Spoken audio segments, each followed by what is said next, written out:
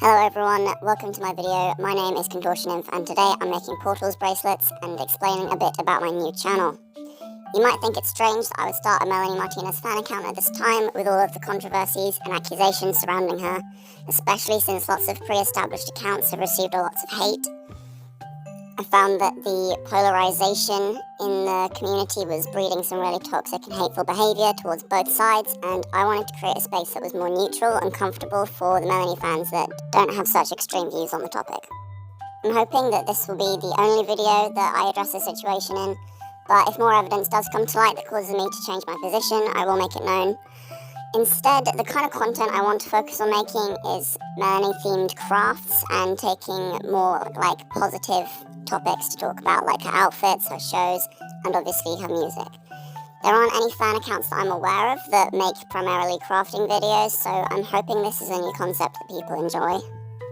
I do feel like it's necessary to express my opinion on not only the Timothy Heller situation, but also the new criticisms of the Crybaby era specifically, that people seem to think that her behaviour is predatory grooming.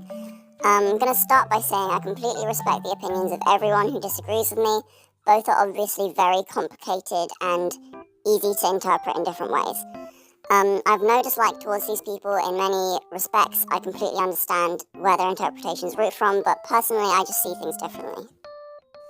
So in terms of the Timothy Heller situation, originally when it all came out like 7 years ago in the first place, I thought she was lying, but then when it resurfaced recently, I completely believed her. But now since some time has passed and I've thought about it a bit more, I'm not really sure which party is being honest. There's evidence supporting both points of view and nothing really concrete enough to prove or disprove her claims.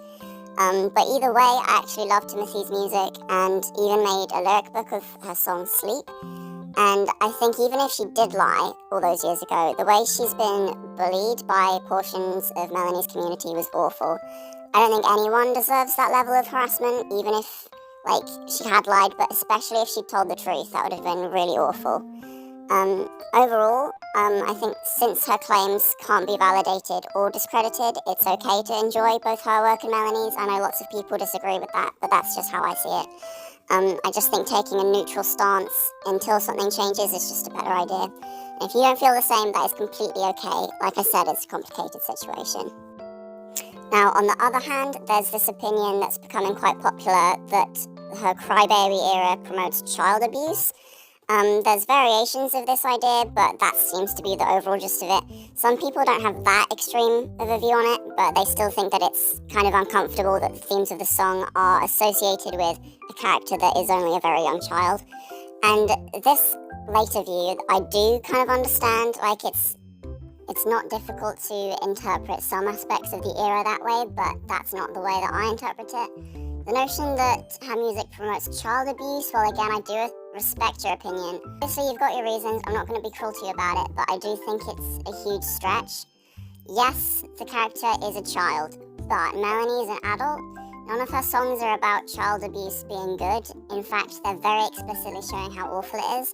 For example, her song Teacher's Pet is literally about how disgusting it is for an adult to groom and exploit a child in relationship with them. In terms of other issues that she discusses in Crybaby, like alcoholism and broken families, I think the reason she uses a childlike persona is to show the audience that it's children who suffer most from having these issues around them.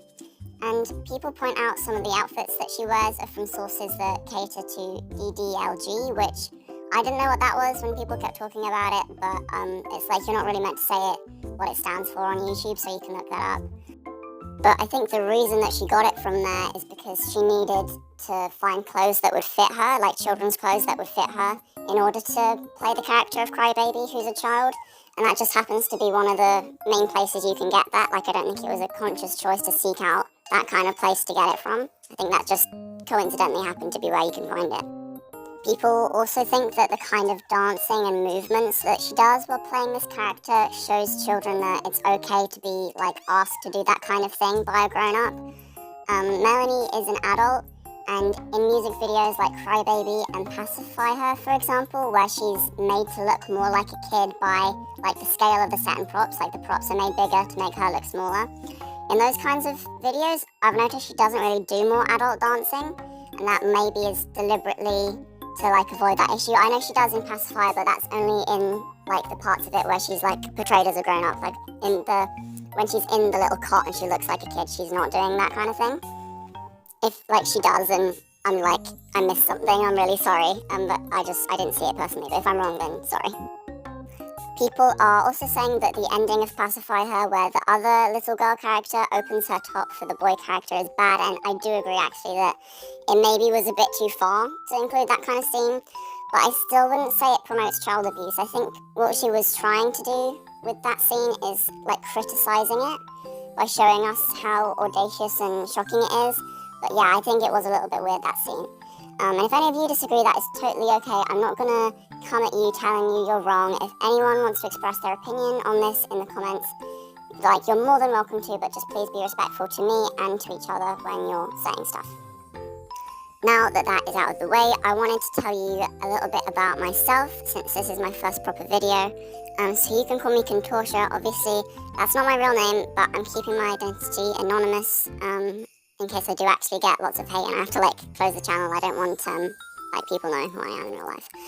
And I'm actually a boy. I'm 17 years old, and if you could refer to me as a boy, then that would be great. I understand though if you forget or you mess up, because like the nails and the jewelry and the general like feminine nature of my content, and also this voice is obviously not my voice. I'm using a voice changer to hide what my voice sounds like. So obviously without this voice I would sound like a man instead of like a 5-year-old girl. On the topic of the voice changer, actually, if you find it like annoying, then let me know. I can try and find a different one. I kind of like it because whenever Melanie was doing interviews during the Portals era, she'd like ask the editors or something, or like the editors always made her voice higher whenever she was personifying the creature. And so I think that's why fan accounts do the same thing. They have a high voice, or maybe that is like the same as me. They're just trying to keep anonymous. Right, back to talking about myself again. So I wanted to say that I'm pansexual, which is where you're attracted to people regardless of their gender, but I do have a strong preference for guys and more masculinely presenting non-binary people. So in real life, I tend to tell people that I'm gay because lots of people still don't know what pansexual is, and I don't really want to explain it all the time. And I want to be open about that on the channel because I feel like homophobic people are less likely to watch my content, and so they're less likely to like be in my comments, and hopefully they'll just like go away and won't be me. But I feel like Melanie fans aren't going to be particularly homophobic anyway, since Melanie herself is gender diverse. She has she/they pronouns, if you didn't know, but most people know that anyway. And I've been listening to Melanie since I was 11 or 12, and the first songs that I heard that I really liked was Pity Party and Mad Hatter, and I still really love those songs. So the main series that I plan on doing in the channel are crafting series where I essentially make my own Melanie merch, and kind of maybe like tutorial type things, and giving you guys ideas on like your own Melanie merch, because not everybody can afford to go to her shows and buy her merch and stuff, unfortunately, and I'm one of those people. So I feel like making your own stuff is a way to still feel like the connection to like her and to the fan base by like having stuff that's of her, but like you don't have to pay for it and you can make it yourself. I also wanted to do some art journaling that was like specifically about her, and do a series of that where I fill in pages, and they would be about like drawing and writing about her songs and her outfits, her videos, her shows, and like everything to do with Crybaby's storyline. And I'm planning on releasing 2 versions of each video, like a long uncommentated one that has all the like original audio and everything, and it's kind of like ASMR, but I don't know if I should be labeling it as that, because I know nothing about ASMR. Like, I'm the most unqualified person to be doing ASMR, because I don't even listen to it. I don't personally enjoy it. I just thought it might be like a selling point, like a way of categorizing it where people would still find it, you know? Because otherwise, why would you watch like a video of some random like making a bracelet for like half an hour, unless it was ASMR? I don't know. I was considering like humming the tune of Melanie songs in these videos to make them a little bit more Melanie themed, and also to have something else to listen to, because I'm very aware that most of the video I did already is kind of just silence, because I don't have a microphone either. Like most people who do ASMR have like a fancy microphone that gets all the noises really nicely, and I don't. So I don't know, maybe I won't keep doing this, but I didn't do the humming in that one because I was going to, and I was kind of like embarrassed about it, and so I didn't end up doing it. I actually used to be a singer in a band and in a choir, and I was super passionate about it, but then my voice broke and I've still not managed to teach myself to sing again. I'm really not as good as I used to be before, and I'm really sad about that because I wanted to produce and sing my own music, Melanie being like kind of an inspiration for that, but I've like really lost my talent for it, and that's really disappointing. Back talking about in terms of the channel again, I think I'll make an Instagram account as well, like complimentary to the channel, and if I get around to doing that, then I'll link it in the description. But I'd only really use them to release like sneak peeks and hints and stuff about whatever the next upcoming video would be. And I feel like I'm more likely to get hate on Instagram just because of all the social medias. That's where I've experienced the most, like homophobia, for example, and it just seems like a more toxic platform to me. TikTok's probably worse, but I don't use that, so I don't really know. And I'm also considering making some gaming videos, just a couple. Obviously that would be Melanie themed. I've seen a bunch of like games on Roblox, for example, that people have made as like fan games, and I kind of want to showcase and review those. And also myself, I'm making a Melanie themed adventure map on Minecraft, where each song from each album is like a puzzle level you need to solve. Like it's a room, for example, and you need to like escape the room, or you need to find stuff in the room, or like complete some kind of like some kind of puzzle to like get through it, and each one is themed after one of her songs. If you know any Melanie games, like specifically on Roblox, that you want me to try, then let me know and I can definitely do that. But what I'm going to be doing next week probably is starting to set up my Melanie journal, like do the cover and a couple pages inside as well.